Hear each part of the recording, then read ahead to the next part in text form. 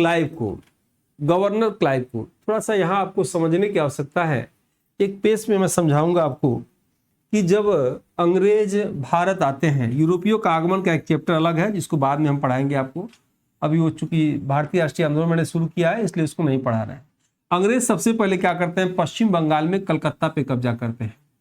जब यहाँ कब्जा करते हैं तो अपने आप को एक शब्द नाम देते हैं गवर्नर। लेकिन जब अंग्रेज अपने आप का अपना एरिया थोड़ा बढ़ा लेते हैं, उड़ीसा बिहार की ओर बढ़ा लेते हैं, तब इसी में एक नाम देते हैं, तब नाम देने लगते हैं क्या, गवर्नर जनरल। क्या नाम देने लगते हैं सब, गवर्नर जनरल। ध्यान से देखिएगा इस बात को, गवर्नर जनरल, ठीक है। लेकिन अंग्रेज मैक्सिमम भारत के मैक्सिमम हिस्सों पे कब्जा कर लेते हैं, तब नाम क्या देते हैं, गवर्नर, भारत के गवर्नर जनरल। याद देखिएगा, गवर्नर जनरल। और यहाँ क्या कहते हैं सब, बंगाल के गवर्नर, या यहाँ कह सकते हैं बंगाल के गवर्नर जनरल। उम्मीद है आप सबको समझ में आ गया होगा। यानी अगर वो कलकत्ता पे कब्जा किए रहते हैं तो कहते हैं सब कलकत्ता या बंगाल के गवर्नर। जब कलकत्ता से थोड़ा हिस्सा बिहार उड़ीसा की तरफ बढ़ जाते हैं तो बिहार या बंगाल के गवर्नर जनरल कहे जाते हैं। मैक्सिमम भारत के हिस्से पे कब्जा कर लेते हैं तो भारत के गवर्नर जनरल कहे जाते हैं।